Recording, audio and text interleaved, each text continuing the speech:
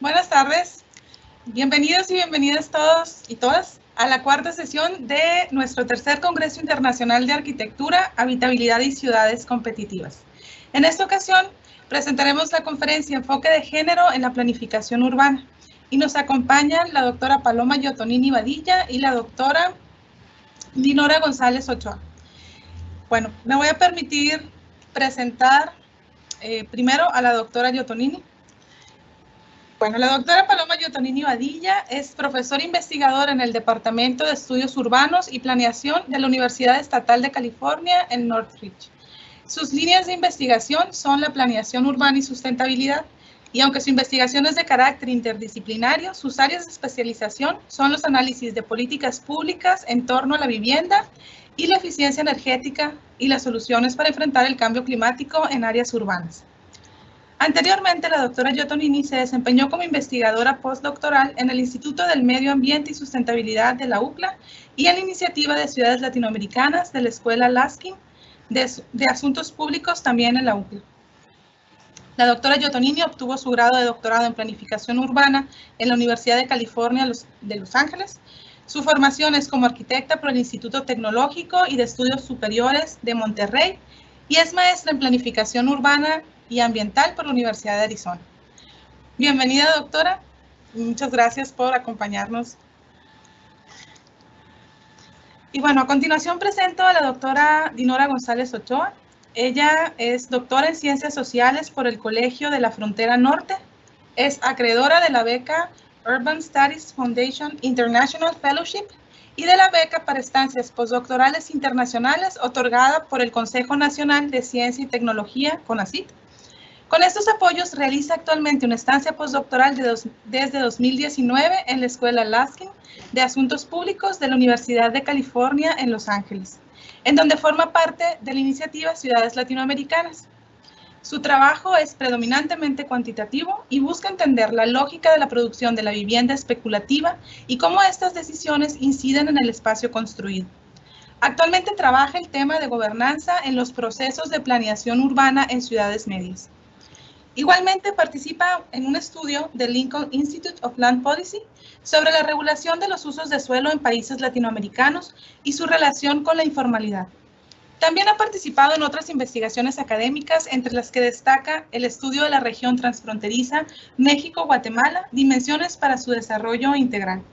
La doctora González es profesora de asignatura en la Universidad Iberoamericana en Tijuana y es docente temporal en el Colegio de la Frontera Norte. Bienvenida, doctora. Bueno, pues yo creo que sin más preámbulo, permitiremos que las doctoras inicien esta conferencia sobre enfoque de género en la planificación urbana. Bienvenidas y muchas gracias por acompañarnos. En un momento comparto presentación, permítanme. Muchas gracias, doctora Yáñez.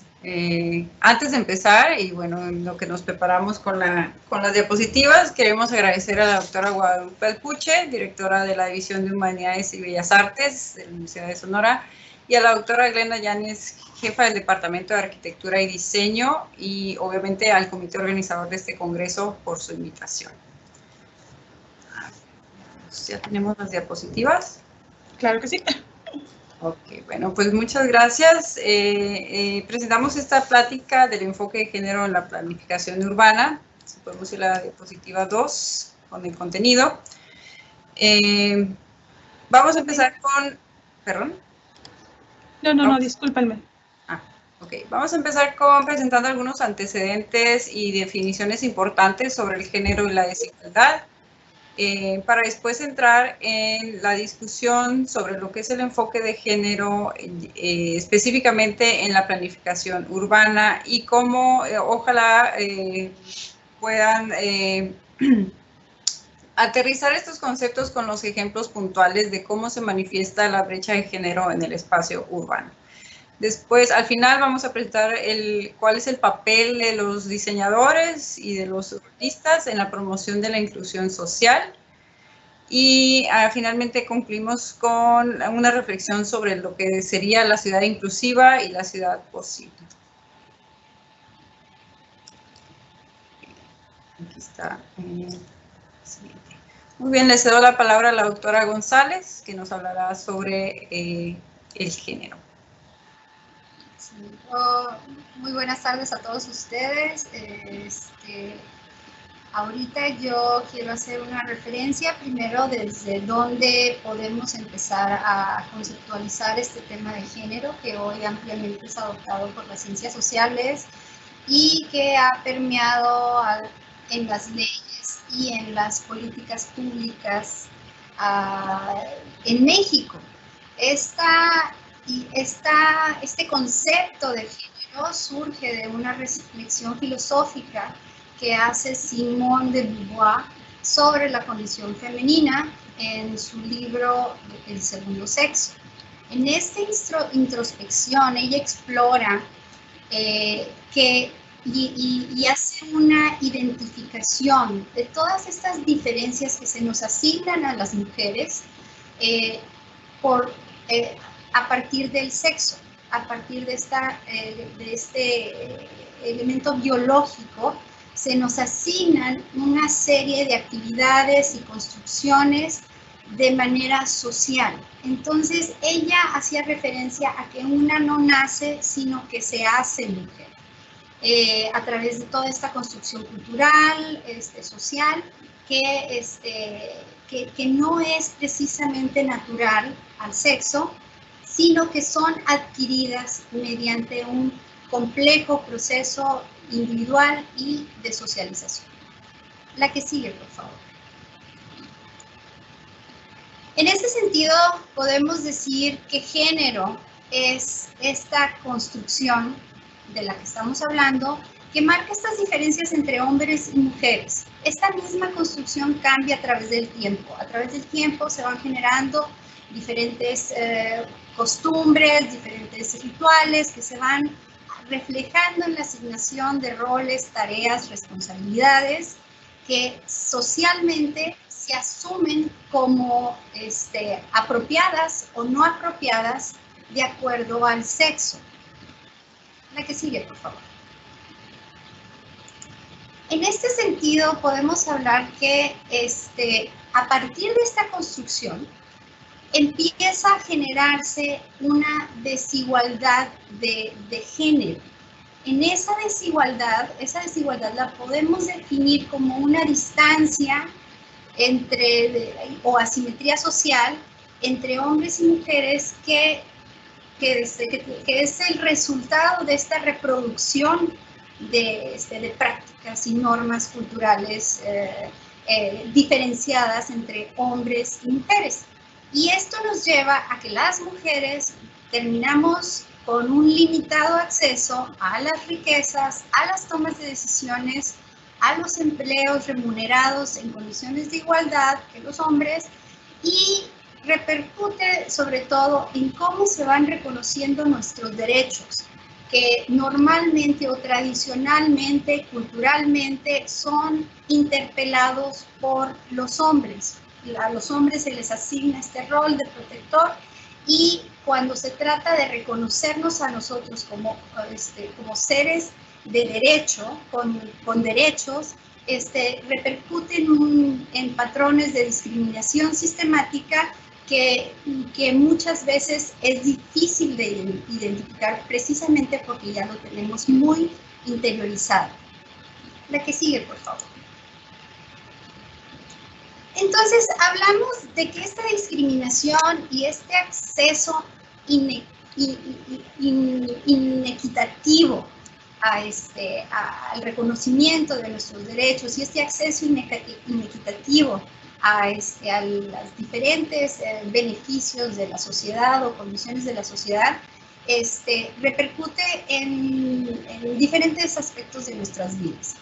De tal manera que el enfoque de género viene a ser este efecto, este acto consciente que debemos hacer todos y todas para considerar estas diferencias y sobre todo en el ámbito de la toma de decisiones se deben de reconocer estos sesgos para poder actuar sobre ellos y de esta manera empezar a pensar en un entorno más justo para las y los ciudadanos.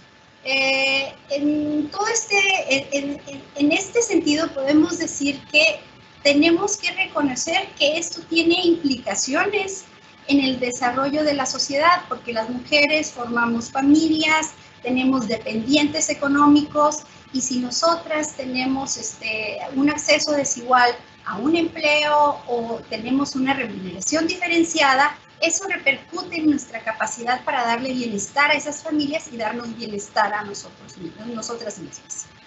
Igualmente, pues todo esto termina repercutiendo en el logro de los objetivos de la nación y en nuestro propio desarrollo como nación. La siguiente. Muy bien. Entonces, bueno, ¿por qué es necesario entonces hablar de un enfoque de género en la planificación urbana? ¿Cuál es esta liga que nos une con las ciudades? Y más importante aún es por qué es necesario aplicar un enfoque de género en la planificación. Como se mencionó al principio, la desigualdad de género es una condición generada y perpetuada por las instituciones sociales. La planificación de las ciudades se genera desde un entorno que tiene ya ciertos sesgos que se reproducen en la elaboración de la visión que se tiene para la ciudad, que es la que influye en la definición de las prioridades, la elaboración y la aplicación de las leyes y los reglamentos, y la asignación de los recursos que procurarán los servicios y la infraestructura. De esta manera, esa desigualdad de género viene y se materializa y se infiltra o se manifiesta espacialmente en el espacio urbano. Siguiente, por favor. La desigualdad de género sabemos que es un problema generalizado en México. La manera en que se mide es a través de la brecha de género. La brecha de género es una medida aritmética que toma un indicador definido y muestra la distancia entre mujeres y hombres con respecto a este indicador. Este es un indicador que en México lo genera el Consejo Nacional de Evaluación de la Política Social, la Coneval, y tiene ya un listado de más de 30 indicadores que miden estas brechas de género. Cuando se habla de imprimirle un enfoque de género a la política pública, se habla de maneras en que se puede reducir esta brecha de género. En esta presentación vamos a proveerles de algunos datos e información y ejemplos sobre cuatro sectores importantes, 4 categorías. Primero, el acceso a la toma de decisiones a nivel local, los ingresos, el empleo y el trabajo no remunerado, lo que implicaría una falta de acceso a ciertos servicios sociales, incluyendo la salud y la vivienda. Y finalmente, la seguridad y la percepción del entorno urbano, notando que la desigualdad es un factor que va a inhibir la libertad y la movilidad de algunos grupos de la ciudad. Siguiente, por favor. Y aquí va Dinora. En la toma de decisiones podemos ver que, bueno, ahorita vamos a presentarles algunas estadísticas sobre la toma de decisiones. ¿Está bien? ¿La que sigue? ¿La diapositiva que sigue? Ok. Sobre cómo estamos en cuestiones de paridad de género en estos puestos importantes de tomas de decisiones que son importantes precisamente para las políticas territoriales urbanas. Sabemos que a partir del 2017 hubo estos cambios en la ley sobre todo en cuestión de materia de inclusión democrática, en la que se ha permitido avanzar en la procuración de un gobierno más inclusivo, sobre todo en los puestos de elección pública, ¿no? Y esto se refleja, por ejemplo, aquí en las presidencias municipales, que ha ido avanzando hacia una mayor inclusión entre hombres y mujeres. Sin embargo, vemos que aún hay mucho que hacer por incluir a las mujeres en estos puestos de elección pública de alto perfil que predominantemente son destinados a los hombres. Y que sigue, por favor.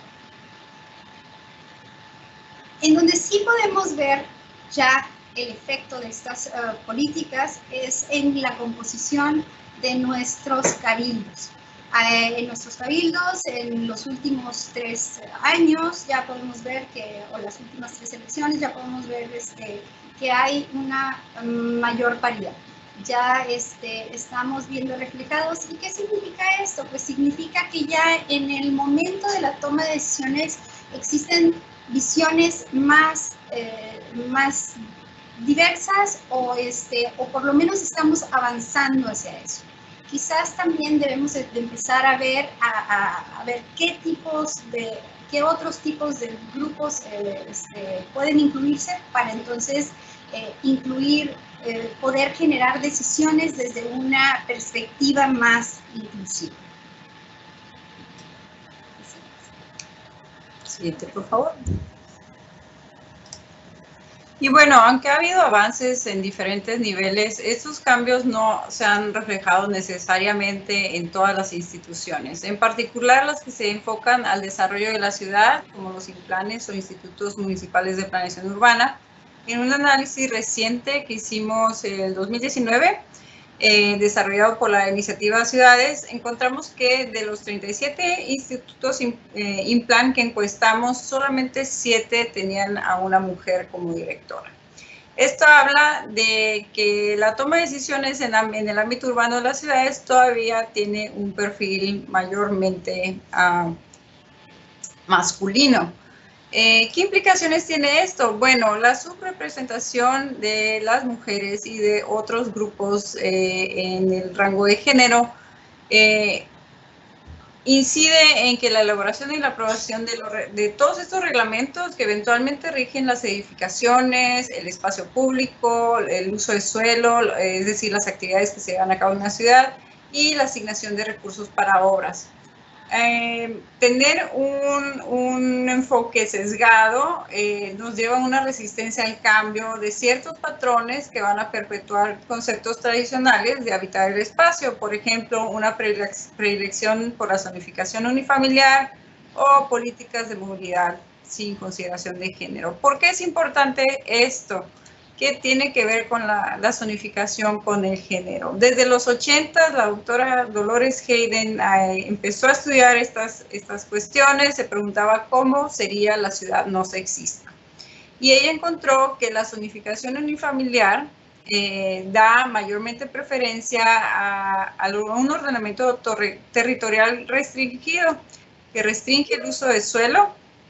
Ahí estamos en la siguiente diapositiva. Entonces, esta zonificación unifamiliar hace que sea ilegal tener espacios compartidos en la comunidad, espacios compartidos para el comercio, para el cuidado de los niños y para otras actividades que son generalmente adjudicadas a las mujeres. Incluso cuando las madres, incluso cuando tienen un empleo, es decir, se desarrollan como madres y como trabajadoras, ellas pasarán más tiempo haciendo labores domésticas y del cuidado de la familia que los hombres. Y se espera, y de hecho lo hacen, que pasen más tiempo en los recorridos diarios, puesto que generalmente dependen más del transporte público. Entonces, la manera en que en general, globalmente, se ha definido un buen lugar para vivir es tomando en cuenta la presencia de comercio, escuelas y quizás acceso al transporte público. Pero la presencia de servicios sociales adicionales en el apoyo de los padres y madres trabajadores, como las guarderías o las clínicas, generalmente no son parte de esta ecuación. Entonces, la siguiente diapositiva, por favor. Entonces, cuando consideramos una perspectiva de familia, y en particular una mujer que se aventura a dejar el seno familiar, es decir, las mujeres que son jefas de familia, que son solteras y que son proveedoras para el hogar, esta típica mujer sola, jefa de familia, ella busca una vivienda que esté localizada cerca de su trabajo para que sus recorridos no sean tan largos y tan consumidores de tiempo y que haya los servicios para el cuidado de sus hijos. Y esta búsqueda comúnmente resulta imposible. Hay muy pocas alternativas para cubrir sus necesidades. Entonces, ¿qué pasa? Estos problemas, que por ejemplo la falta de una guardería buena y confiable, la falta de servicios cercanos, la falta de tiempo, todo esto se ha privatizado. Estos problemas se han considerado como privados, pues pertenecen a las mujeres. y sus soluciones generalmente son soluciones comercialmente viables, es decir, se buscan, por ejemplo, contratar una empleada doméstica, contratar una niñera, contratar un servicio privado de guardería que ofrezca un horario extendido, etcétera, etcétera. Pero estas soluciones comerciales solo sirven para encubrir las fallas de las políticas de vivienda y las políticas urbanas. Estos problemas logísticos que enfrentan las mujeres trabajadoras no son ni deberían de ser considerados privados, se deberían de resolver, y ni se deberían de resolver nunca con soluciones mercantiles que en realidad vienen solamente a incrementar la carga sobre las mujeres. Siguiente, por favor.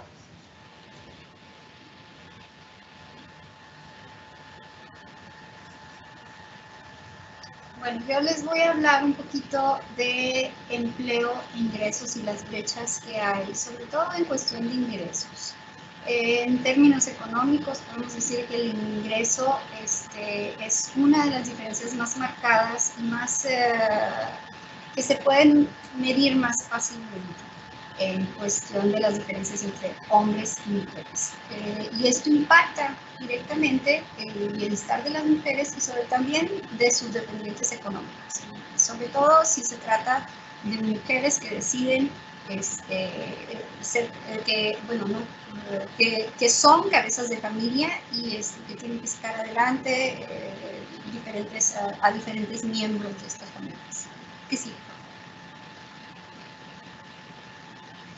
Aquí en esta gráfica vemos cómo esta gráfica nos puede mostrar la brecha de ingreso para ocupaciones no calificadas. Estas son ocupaciones calificadas, son tareas sencillas y rutinarias, y vemos que está clasificado según nivel educativo.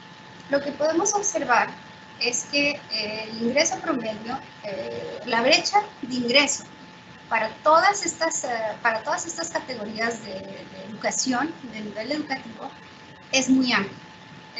Una mujer gana cerca, sobre todo si hablamos de mujeres de nivel profesional o posgrado, estas mujeres en ocupaciones no calificadas ganan hasta la mitad que un hombre en una misma posición. La que sigue, por favor. Cuando analizamos el ingreso laboral promedio de la población ocupada en ocupaciones calificadas, vemos que las brechas de ingresos se reducen un poco. Sin embargo, los hombres siguen ganando aproximadamente entre un 20 y 30% más que las mujeres. Y es muy notable, sobre todo que las mujeres en estas ocupaciones calificadas con nivel profesional o posgrado ganan 30 veces menos, 30% menos que su contraparte masculina. ¿Qué quiere decir esto? Esto nos está hablando de que la misma educación tiene un impacto diferenciado en hombres y mujeres. Es decir, todas las mujeres que ahorita están estudiando una carrera que van a incursionar en un mercado laboral van a tener muchas menos oportunidades de ingresos que los hombres, y no digamos ya de oportunidades laborales para ellas propiamente, pero sí su ingreso va a ser notablemente, mediblemente menor. La que sigue, por favor. A estas brechas de ingreso también podemos añadir que las mujeres estamos más propensas a la informalidad laboral. En México, alrededor de cerca del 60% de la población femenina está empleada de manera informal. Y algo que es importante notar, que así como hay brecha en el mercado formal laboral, también hay una brecha en el mercado informal.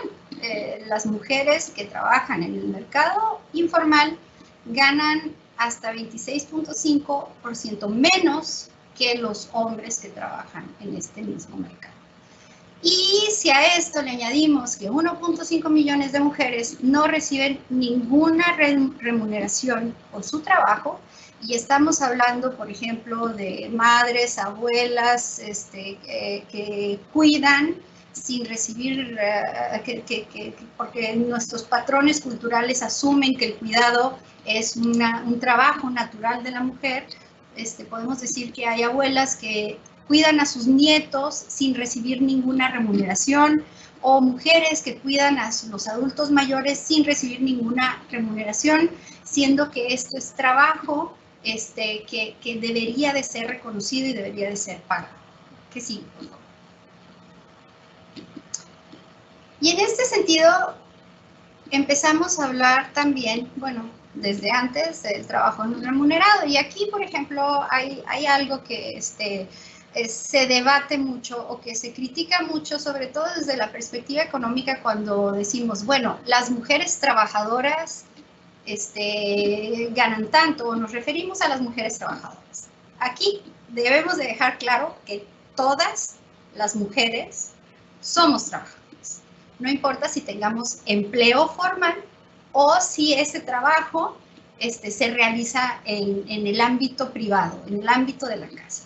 Y en este sentido es importante empezar a hablar del trabajo no remunerado, porque el trabajo no remunerado es parte de lo que ocupa gran parte de nuestros días y que limita el que podamos realizar muchas actividades, o el que incluso limita que las mujeres no puedan acceder a esos puestos de mayor importancia en términos económicos, precisamente porque no disponen de ese tipo, porque tienen que buscar trabajos de medio tiempo, porque tienen muchas labores que hacer en casa. En ese sentido, el trabajo no remunerado, las mujeres destinamos entre 6 y 8 horas más de trabajo no remunerado que los hombres, y eso repercute en una serie en todas estas actividades que yo les menciono. La que sigue, por favor. Muy bien. Bueno, entonces, ¿cómo estas inequidades del ingreso repercuten en el espacio urbano? Siguiente, por favor. Para enfatizar cómo afecta el ingreso en el acceso a la vivienda y a los satisfactores urbanos para las mujeres, aquí vamos a presentar un breve análisis sobre la asignación de créditos a mujeres por segmento socioeconómico de vivienda y su relación espacial. Vemos que para las ciudades de Hermosillo y Tijuana, que son los casos que estamos presentando hoy, la distribución de créditos para vivienda nueva, según el segmento de ingresos y según el género entre los años de 2010 al 2020, el 78% de los créditos nuevos para la vivienda otorgados a mujeres se fueron a viviendas de nivel social, es decir, incluyendo el nivel económico, popular y tradicional. El caso de Tijuana es similar, donde el 86% de los créditos se fueron para este sector de la vivienda. Podemos ver que la vivienda media representa un muy bajo porcentaje y ni se diga la vivienda residencial. Con esto podemos ejemplificar cómo estas diferencias sociales se manifiestan en el acceso a ciertas amenidades urbanas. Pero la siguiente, por favor. Pero si ya lo vemos en el espacio urbano, esto se vuelve mucho más claro. Estos son los polígonos de contención urbana para la ciudad de Hermosillo. El rojo es el U1, el verde es el U2, A y B, y el azul es el U3. Aquí podemos ver, como no tenemos datos georreferenciados para la ciudad de Hermosillo en cuanto a la ubicación de la vivienda, que contenga tanto su ubicación dentro de los PCU como el nivel de ingresos, como la información sobre el género del comprador, estamos asumiendo que dado que las mujeres tienen acceso al nivel tradicional y popular, estamos asumiendo que son relegadas a los perímetros U2 y U3.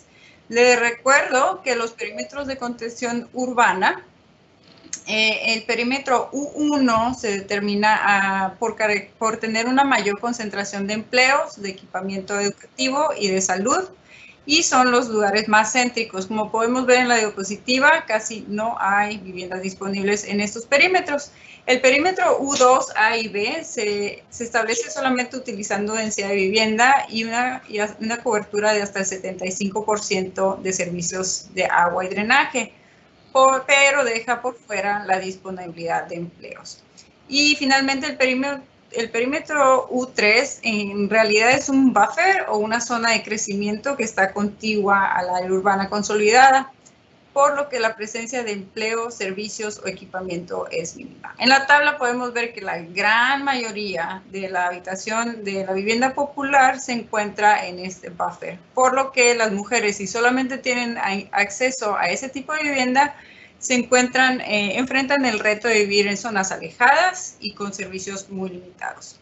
Para la ciudad de Tijuana, a la siguiente diapositiva, por favor. Sí tenemos datos georreferenciados donde podemos hacer esta correlación entre nivel de ingresos, género y acceso a la vivienda, pero podemos corroborar la misma situación. Para los puntos azules y anaranjados, que es la vivienda social y media a la que más mujeres solas tienen acceso, podemos ver que se encuentran ubicadas en los espacios más alejados al centro urbano de la ciudad. Siguiente, por favor. En cuanto a seguridad y espacio público, ahora sí que podemos empezar a ver, también aquí se puede ejemplificar la manera en cómo utilizamos de manera muy distinta la ciudad, las mujeres y los hombres. Recordemos que las leyes, las reglas, todo lo que tenemos sustentando la construcción de la ciudad se ha hecho predominantemente desde la óptica masculina, pensando que las necesidades masculinas son universales. Sin embargo, en la cuestión de la seguridad y el espacio público es donde se explayan todas estas diferencias de manera más evidente. ¿Podemos dar la que sigue? Gracias. Ok, en cuanto a la victimización, a las víctimas la gráfica nos presenta a las víctimas por tipo de delitos según sexo. Lo que quiero hacer referencia aquí es que, primero, nosotras como mujeres estamos más propensas a actos violentos que tienen que ver con nuestro cuerpo, a delitos sexuales que son transgresiones que nos vulneran. Igualmente, hay una mayor propensión, o sea, somos más vulnerables a ser propensas a desalojos y desplazamientos forzados, que igualmente tiene que ver con este sentido de que la mujer, si no tiene un protector, puede ser más fácilmente sacada o desalojada de su lugar de residencia.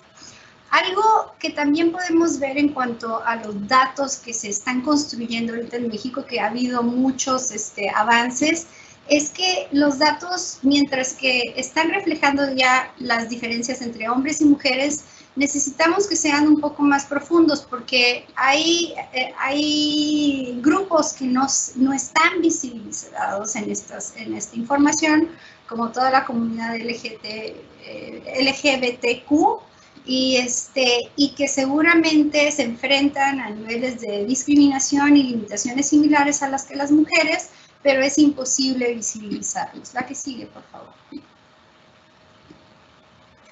Bueno, esta victimización también nos lleva a utilizar de manera distinta el espacio público. Estamos hablando de espacio público como todos estos espacios que son potencialmente accesibles a todos, que se encuentran bajo la responsabilidad de instituciones públicas y por lo tanto tienen esa responsabilidad de resguardar la seguridad y la calidad de estos espacios. También estos espacios suponen un uso social, un uso público, un uso gratuito de ellos. La que sigue, por favor. Entonces, en el espacio público es en donde empezamos a ver este uso diferencial. Y aquí, primero, cuando analizamos el espacio público, podemos decir que, ¿qué es lo que necesita una persona para tener acceso a un espacio público? Pues primero saber si existe. Por ejemplo, si vamos a hablar de un parque, de un auditorio, pues primero tenemos que saber que existe. Segundo, pues tenemos que poder llegar ahí para hacer su uso. Si está cerca de nuestras zonas habitacionales, pues caminamos hacia esos lugares, lo identificamos y podemos llegar ahí. Sin embargo, hay otros aspectos que tienen que ver con la seguridad, con qué tan propensos, con qué tan vulnerables podemos ser nosotros a la utilización de esos, para utilizar esos espacios que debemos de empezar a considerar. Y aquí entra esta división sexual del espacio. Y esto quiere decir que la accesibilidad para estos espacios no está dada solo por esa eficiencia costo-beneficio, de decir, bueno, yo voy al parque más cercano que está cerca de mi casa, o cuando tomo el transporte público, yo uso las calles que me dejen llegar más rápido a ese lugar, sino que también está dado por qué tan seguro es ese trayecto, qué tan seguro es ese recorrido. Puedo usar ese espacio público, no voy a sufrir ningún atraco, una violación a mis derechos. Todas esas decisiones se cargan más en las mujeres que en los hombres. Yo creo que la seguridad viene a ser ese aspecto que desde pequeñas nos están inculcando, desde la casa nos están diciendo y empezamos a saber que nos empiezan a enseñar que para los hombres jugar en la calle es una actividad permitida, mientras que para muchas mujeres existe un mayor número de restricciones para usar esos espacios públicos. Y estas restricciones están asociadas con esta vulnerabilidad que tenemos las mujeres a sufrir alguna agresión en estos espacios. Cuando una mujer sale sola a la calle, tiene que pensar en la seguridad de ese recorrido y tiene que hacer usos o estrategias para poder llegar de un punto a otro o para poder ir a utilizar un parque, un auditorio. Para muchas mujeres esto significa que el espacio, la utilización del mismo espacio va a estar condicionada a ciertas horas o a ciertas actividades y también bajo ciertas pautas sociales. Y ahorita vamos a ver algunos ejemplos. La que sigue, por favor. Bueno, aquí voy a hacer referencia un poco, nada más brevemente, sobre algunas pautas que unos ejemplos sobre cómo los hombres y las mujeres utilizamos de manera distinta el espacio público. Y este es un estudio que se hizo en Ciudad Juárez sobre planificación urbana y equidad de género. Y este estudio se hizo en el marco de promover estas políticas que permitan la seguridad de las mujeres dado las altas tasas de feminicidios en esta ciudad. Entonces, se aplicó una encuesta con representatividad estadística, lo hizo el Colegio de la Frontera Norte en coordinación con el gobierno del estado, y algunos de los aspectos que encontraron es que primero que las mujeres usan menos los espacios públicos que los hombres. Eso es algo que reitera lo que otros estudios en otros países mencionan. Para las mujeres es más difícil esa utilización del espacio público. Algunos obstáculos que mencionan en la utilización de este espacio público las mujeres es que existe una falta de iluminación, que existen baldíos, falta de banquetas, y mientras que los hombres también mencionan estas pautas, algunas de estas pautas como algunos obstáculos para utilizar el espacio público, es muy notorio que las mujeres se inclinan predominantemente por aquellos aspectos relacionados con su seguridad. Segundo, cuando se les pregunta qué espacios públicos frecuentan más, se pueden notar ciertas diferencias.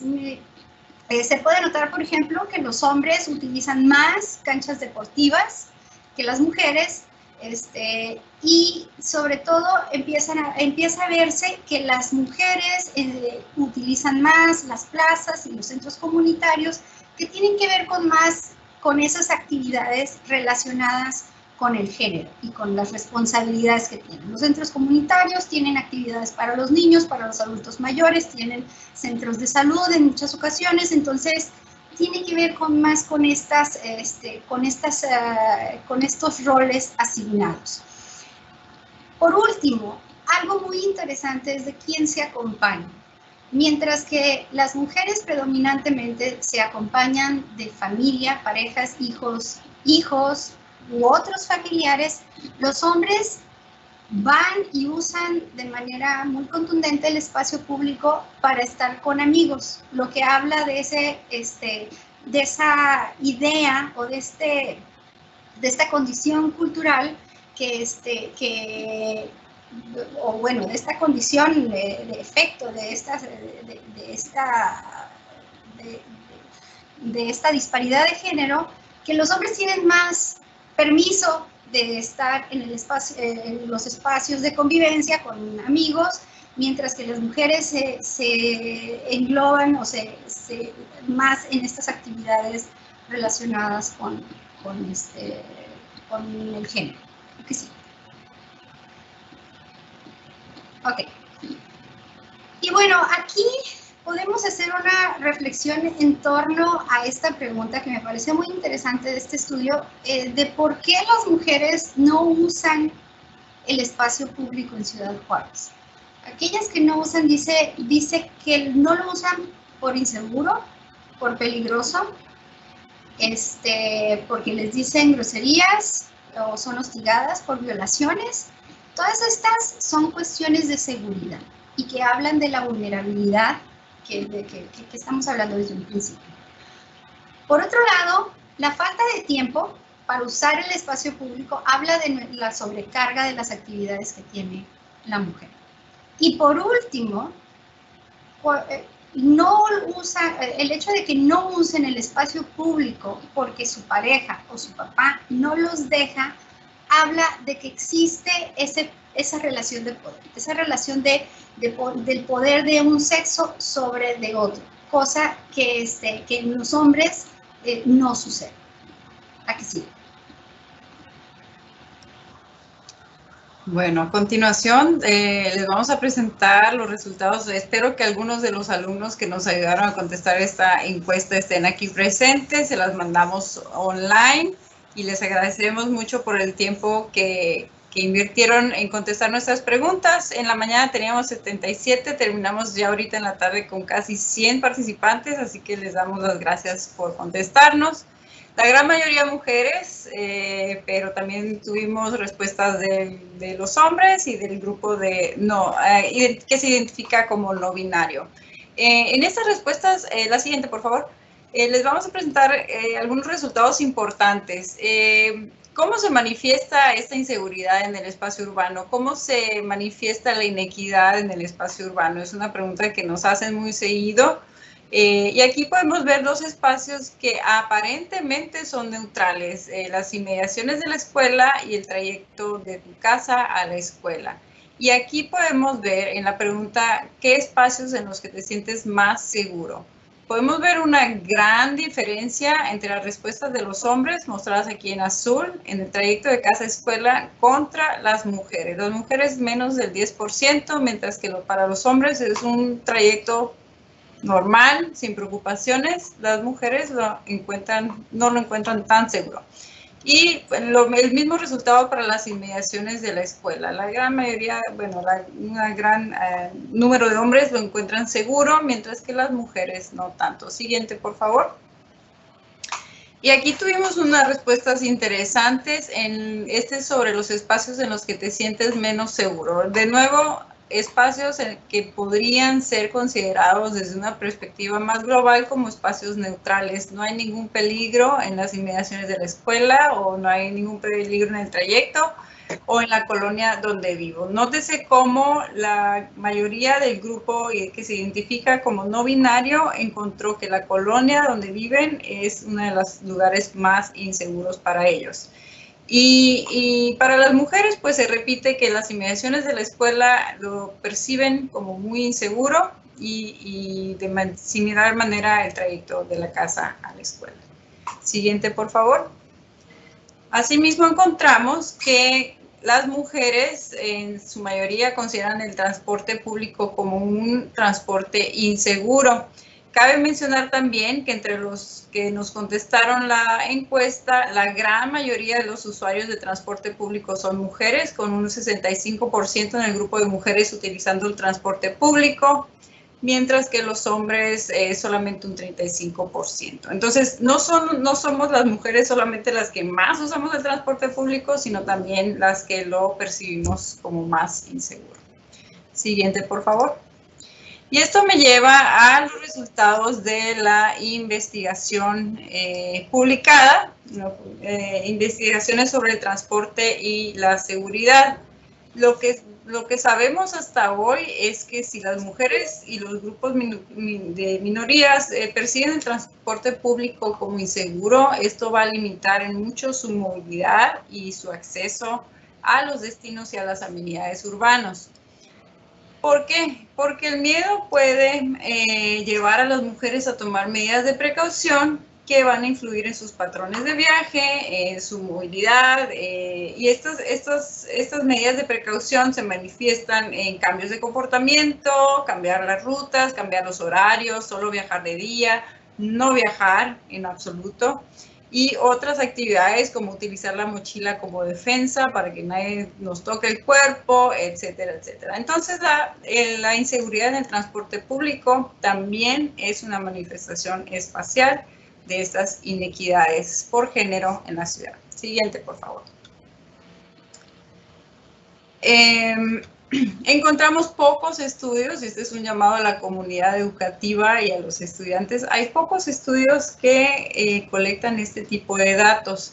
Sin embargo, de los estudios que encontramos, en Nueva York se encontró que el 63% de los pasajeros, hombres y mujeres del metro, reportaron haber sido víctimas de acoso sexual y 44% fueron testigos de un incidente de acoso. Este es un estudio del 2007.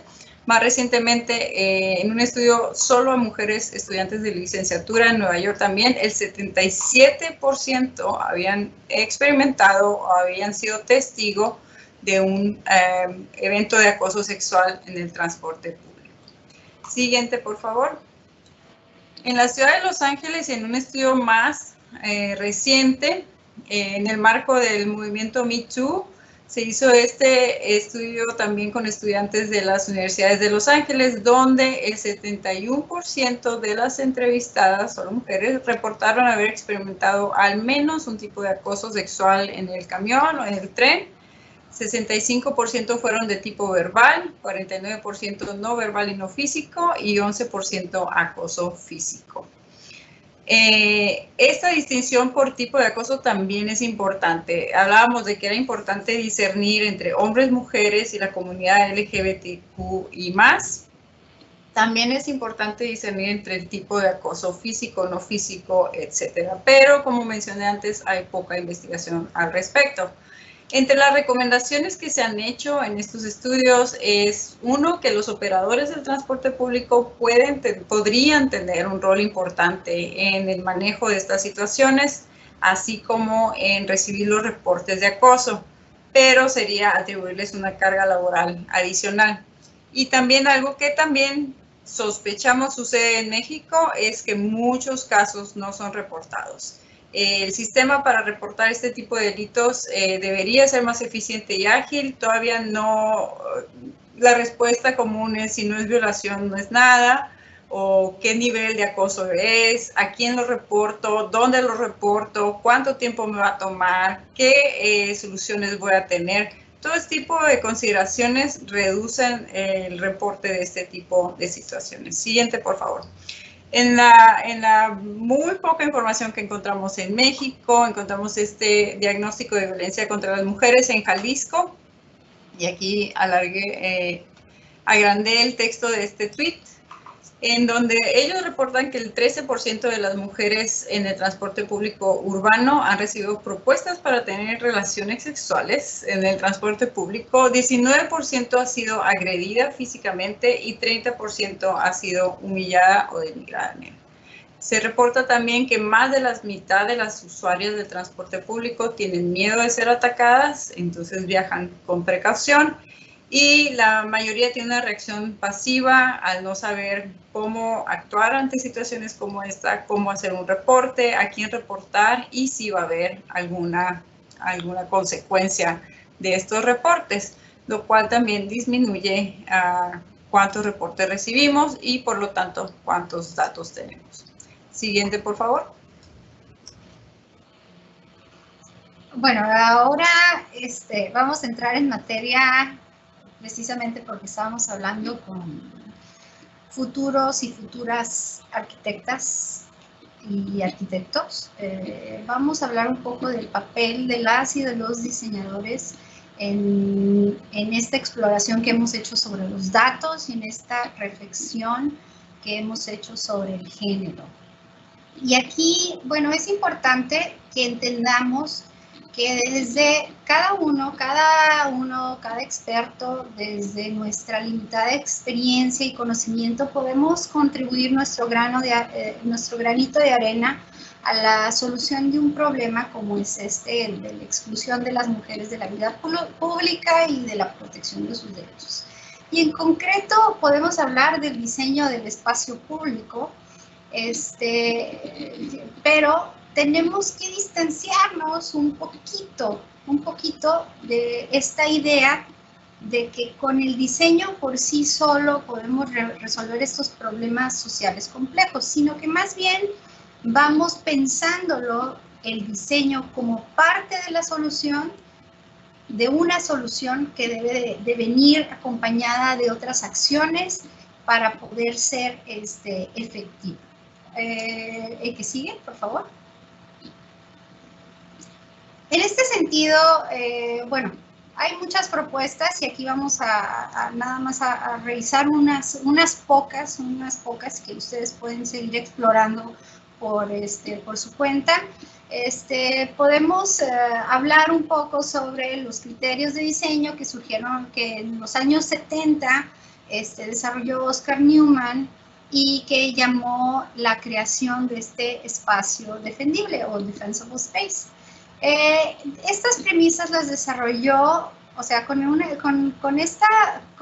premisa de que podemos, a partir de elementos de diseño, disuadir el crimen, y que podemos reducir este costo-oportunidad de que tiene un agresor de cometer el crimen a través de ciertos elementos. Va generando o genera Oscar Newman estos criterios que se pueden implementar en una ciudad, en un diseño de un espacio habitacional, en un diseño de un fraccionamiento, en un diseño de una plaza. Algunos de los criterios que tienen que ver con, por ejemplo, reforzar la vigilancia natural. Y creo que esto también ahorita lo vamos a repetir porque son varios autores los que lo mencionan. El hecho de que tengas ventanas hacia la calle, el que tengas puertas hacia la calle, que tengas todo, eso pone ojos en el espacio público y eso genera una especie de vigilancia natural. Por otro lado, también habla de que el diseño puede empezar a reforzar todos esos lazos comunitarios y generar ese sentido de territorialidad al proponer ciertos límites definidos al territorio. Cuando los parques se hacen más pequeños, que no son estos grandes complejos, a veces son más fáciles que las mujeres los utilicen. Y esto ha habido ejemplos en países nórdicos en que los parques grandes suelen ser espacios más hostiles a las mujeres y al reducir el tamaño de los parques y hacerlos más comunitarios pueden ser más amigables al uso. Por otro lado, habla de un control natural de los accesos a través de la disposición, por ejemplo, de las calles, de los espacios, pero también no solo es la parte del diseño, sino también el poder elaborar estos planes de manejo del espacio público e incluir a la comunidad en el diseño y en la administración de estos espacios, los aspectos que son de gran importancia para el mantenimiento y para que sigan vibrantes a lo largo del tiempo estos lugares. Y que sí.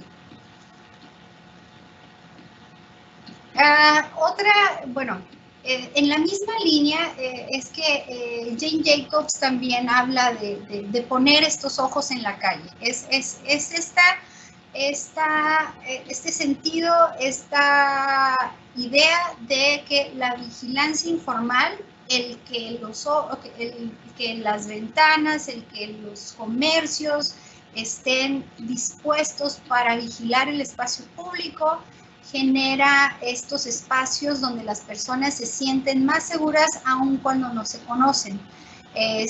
Y esto tiene que ver con algunos elementos. Ella propone el contacto entre los edificios y las calles, espacios públicos atractivos, lo cual puede ser muy fácil de decir, más difícil de promover, la iluminación, que es uno de los aspectos que siempre se enfatizan, sobre todo cuando estamos hablando de seguridad de los espacios, el que nos podamos ver en diferentes horas del día y de la noche, y espacios amplios para caminar, que no sean estas cuevas o túneles en donde puedan darse estos actos de violencia.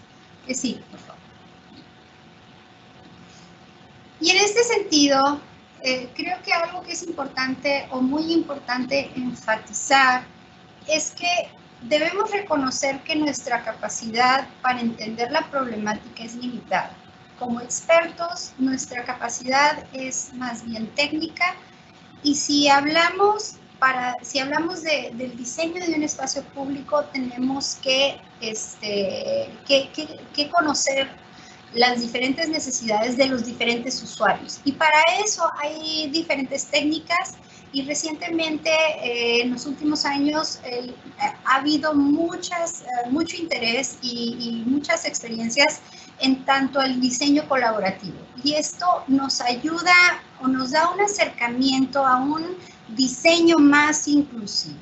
En este proceso, se involucran o se pueden involucrar beneficiarios afectados, los financiadores de los proyectos, quienes van a ser los socios para la administración y los responsables en la administración de estos espacios, y diferentes instancias interesadas. Todo esto con la finalidad de realizar estas propuestas colaborativas que sean realistas y que sean alcanzables y que reflejen realmente las necesidades de las comunidades para las cuales diseñamos, tanto en el sentido social como en el sentido económico.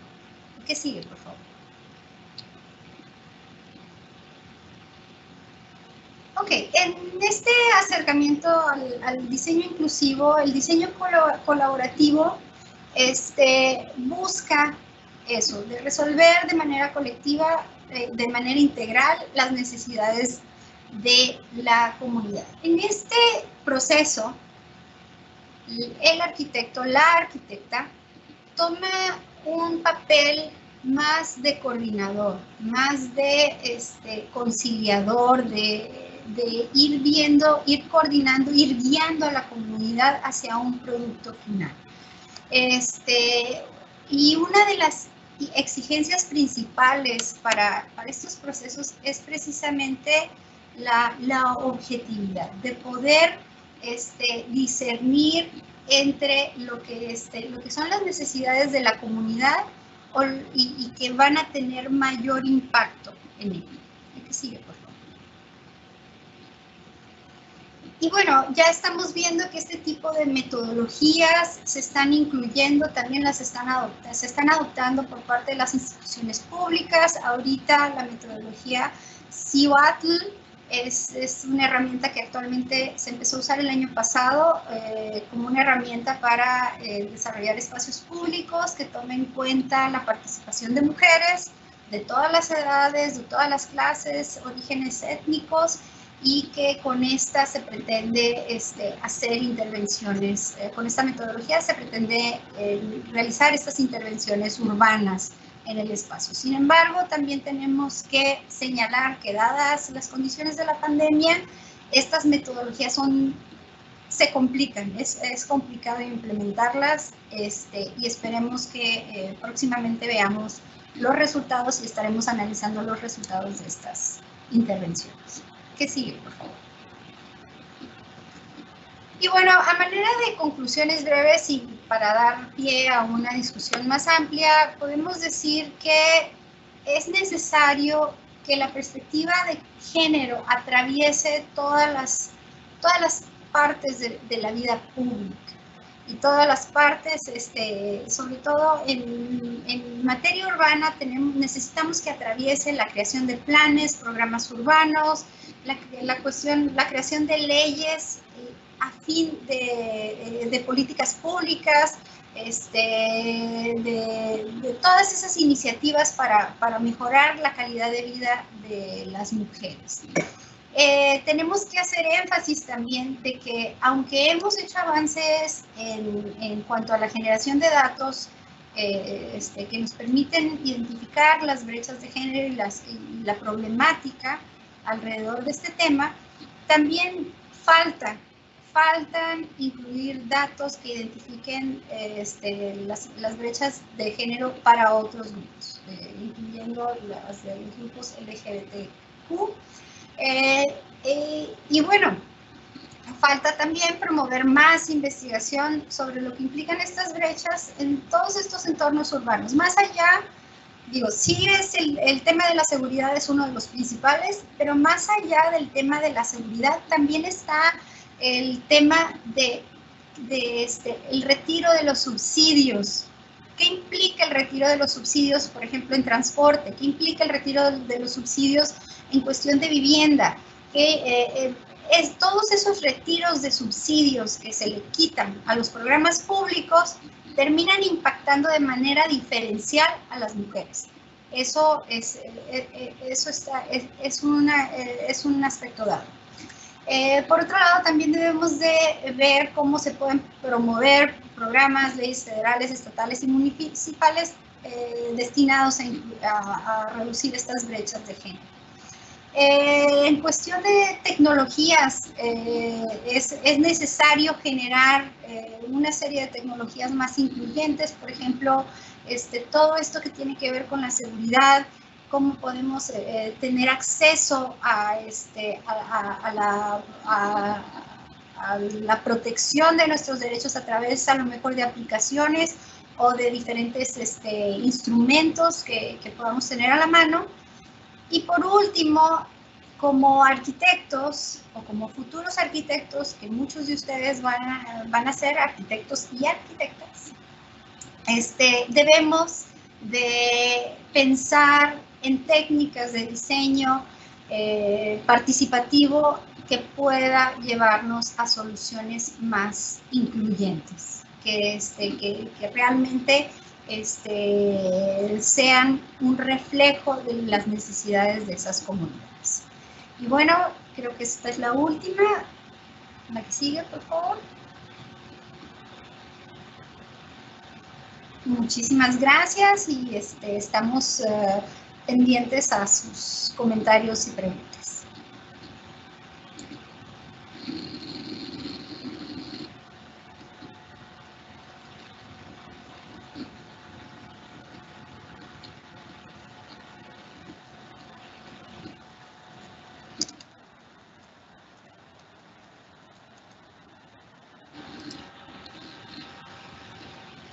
El audio lo tiene desconectado, doctora.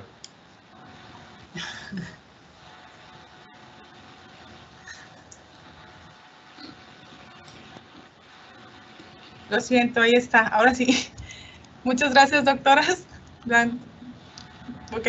voy a permitir hacer un breve anuncio para las personas que están conectadas con nosotros en este momento. Está publicado en el chat un link para que quienes deseen hacer el registro para que se les acrediten créditos Culturest puedan hacerlo. Entonces, bueno, si tenemos estudiantes que deseen hacerlo, está en el chat del evento. Bueno, retomando el tema, pues es un tema sumamente relevante y dejan sobre la mesa muchos asuntos que a mí se me vienen a la cabeza. El impacto que tiene, incluso, bueno, cuando ustedes presentaban el asunto de la formación que tienen las mujeres, de la educación, los niveles de educación a los, pues que tenemos las mujeres, se me vienen a la cabeza todos estos estudios que nos indican el impacto que tiene a mayor nivel de educación de una mujer. El impacto que tiene en la familia es distinto al de la formación del varón. Entonces, mejora la casa, mejora la educación de los hijos y vienen en cadena toda una serie de cuestiones que impactan directamente sobre la calidad de vida y el bienestar de la familia completa. Se me vienen a mí a la cabeza otros estudios en los que he participado donde las mujeres, precisamente como lo indicaban, por el tipo de actividades a las que generalmente nos dedicamos o nos ocupamos más tiempo, tal vez cuidando adultos mayores o cuidando hijos, como a mí, pues en mi caso me comentaban en un estudio en Bahía de Quino, para los que son de acá conocerán bien el lugar, y como me decían, vivían retiradas de las escuelas primarias o de los jardines de niños y entonces me decían, no, bueno, yo mejor voy a sacar al niño del kinder, al cabo que no es obligatorio porque pues tengo que caminar, llevarlo, traerlo, luego tengo que ir con mi mamá a ver cómo está y toda esta serie de actividades que estaban relacionadas sobre todo con el cuidado de niños pequeños y de adultos mayores, pues tenía un impacto diferente diferente dependiendo de si se trataba en la entrevista de un hombre o de una mujer. Pero bueno,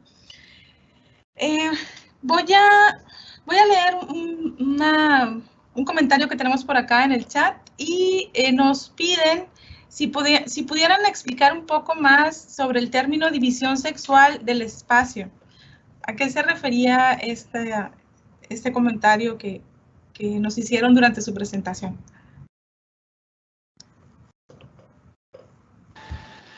Ok, bueno, voy a explicar el término de división sexual del espacio.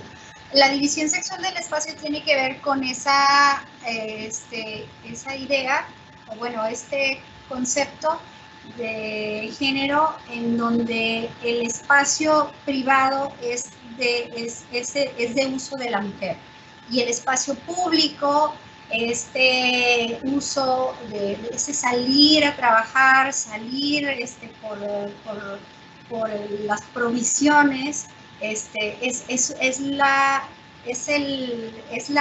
son las actividades que se le atribuyen y se le reconocen socialmente al hombre, mientras que la mujer, pues su espacio es su casa, la reproducción de los hijos, el espacio físico tiende a ser predominantemente.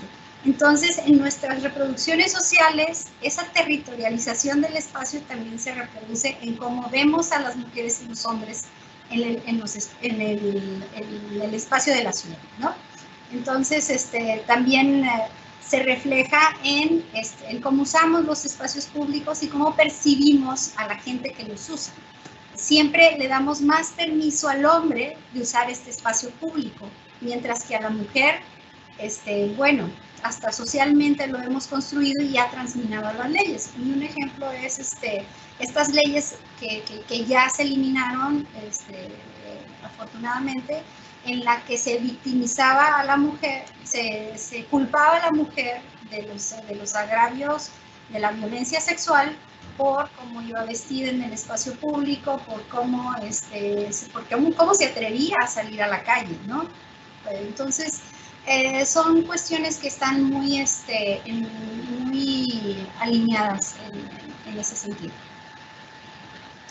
Muy bien, muchas gracias. Y este último comentario, precisamente lleva al siguiente que nos pusieron acá en el chat, que nos señalan que precisamente uno de los problemas más graves es que se minimizan las agresiones sexuales y se agrede particularmente a la víctima, pues haciendo señalamientos tal vez sobre la hora, sobre el lugar donde estaba, sobre la ropa que usaba, en lugar de proteger y pues entender que no es culpa de ellos, sino pues del victimario o la victimaria en este caso. Okay. Bueno, pues a mí me gustaría conocer o saber un poco más si ustedes tienen conocimientos de casos de éxito. Escuché por ahí, mencionaron el caso de los parques más pequeños, que eso los vuelven más accesibles a las mujeres, tal vez más cercanos a sus casas, qué sé yo.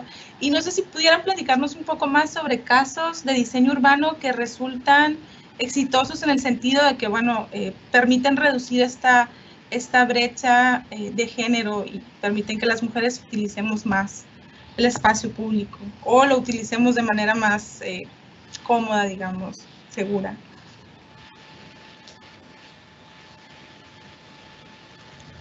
No sé. A ver, bueno, ¿vas a decir algo, Paloma?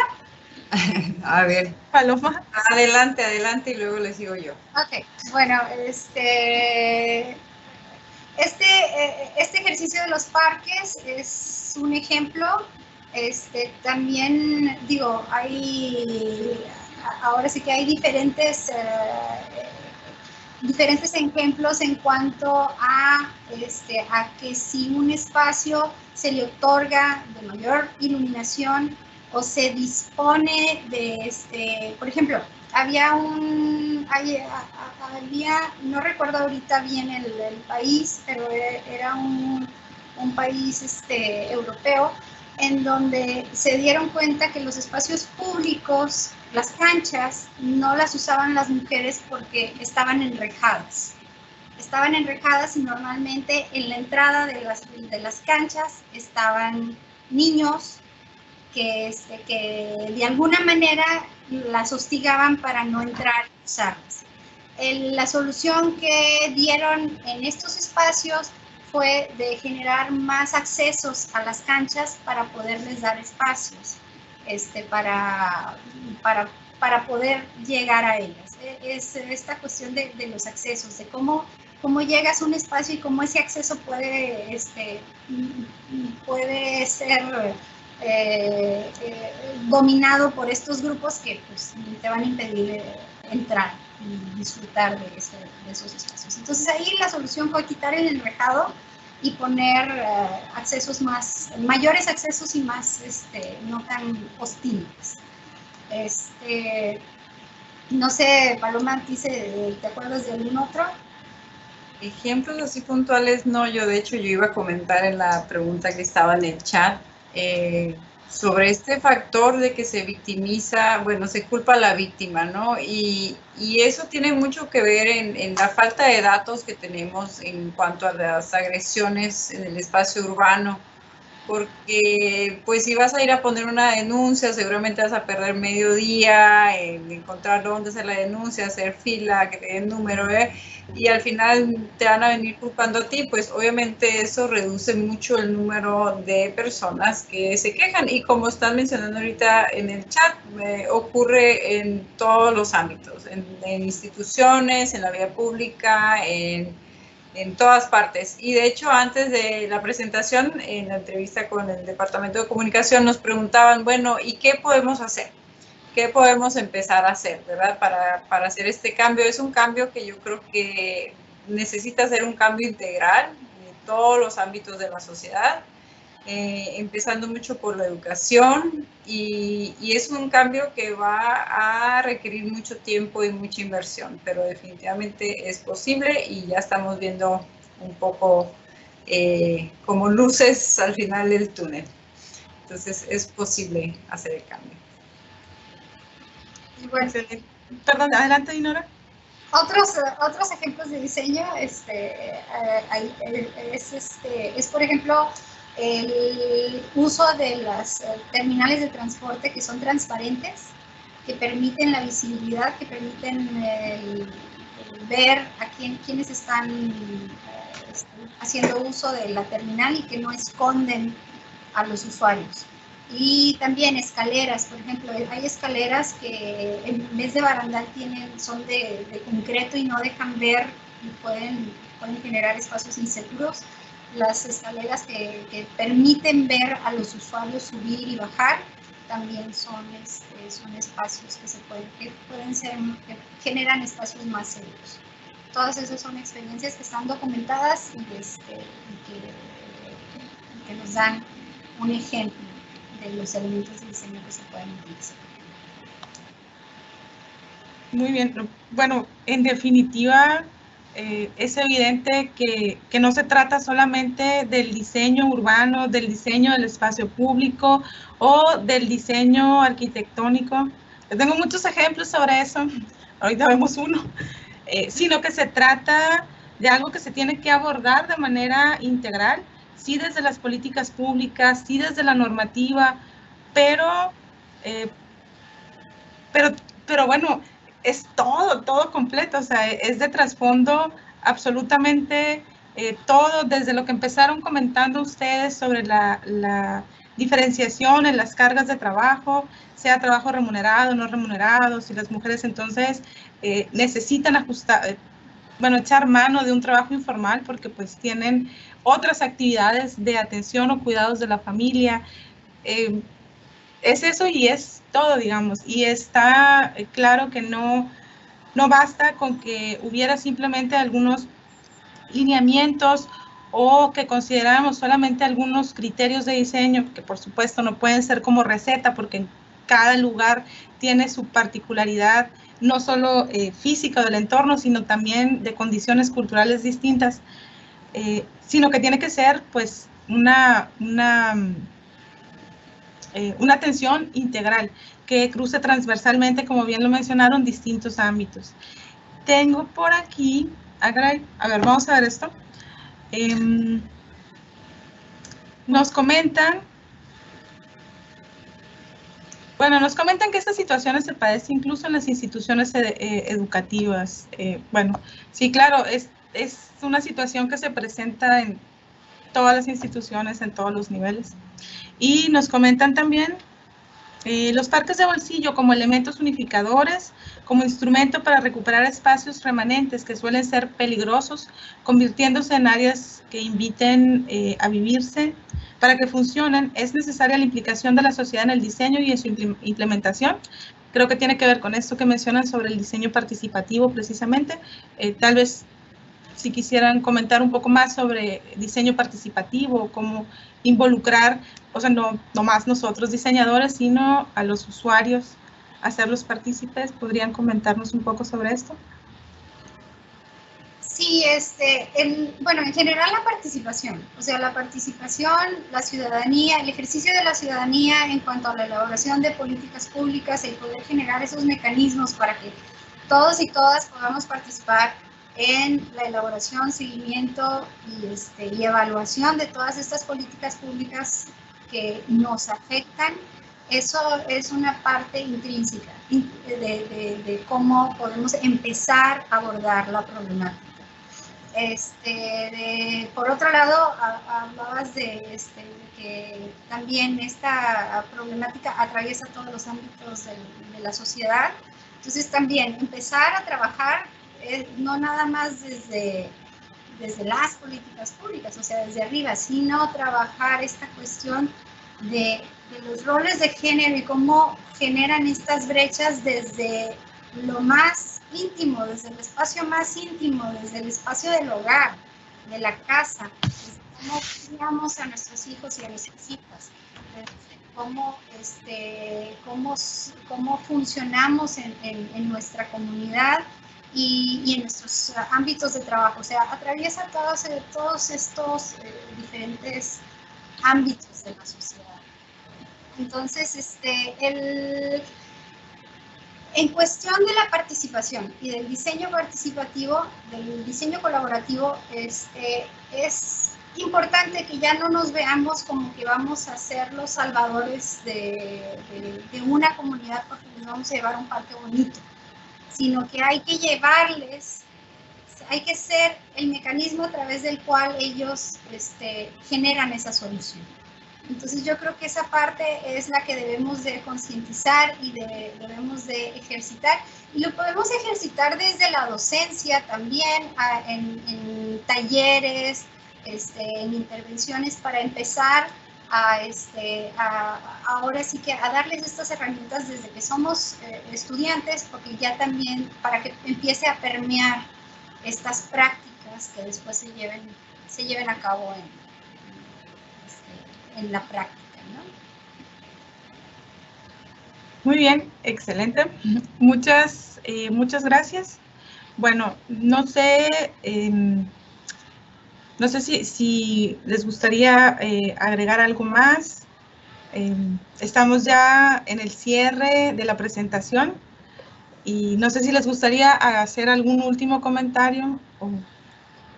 Ok, muy bien. Entonces, bueno, lo que resta sería agradecerles a ambas que nos hayan presentado esta información y nos hayan puesto a reflexionar sobre estos temas que, como lo hemos estado mencionando, pues inciden en la manera en la que vivimos los espacios de nuestra ciudad, seamos mujeres o seamos hombres, pero bueno. Y bueno, lo que me queda entonces será agradecerles. La grabación de esta conferencia, por si alguien se integró un poco tarde, va a estar disponible a través de un canal de YouTube y se va a colgar o va a estar, pues sí, disponible en la página de nuestro departamento. Y bueno, esto sería todo. Muchísimas gracias. Y cerramos transmisión en este momento. Gracias.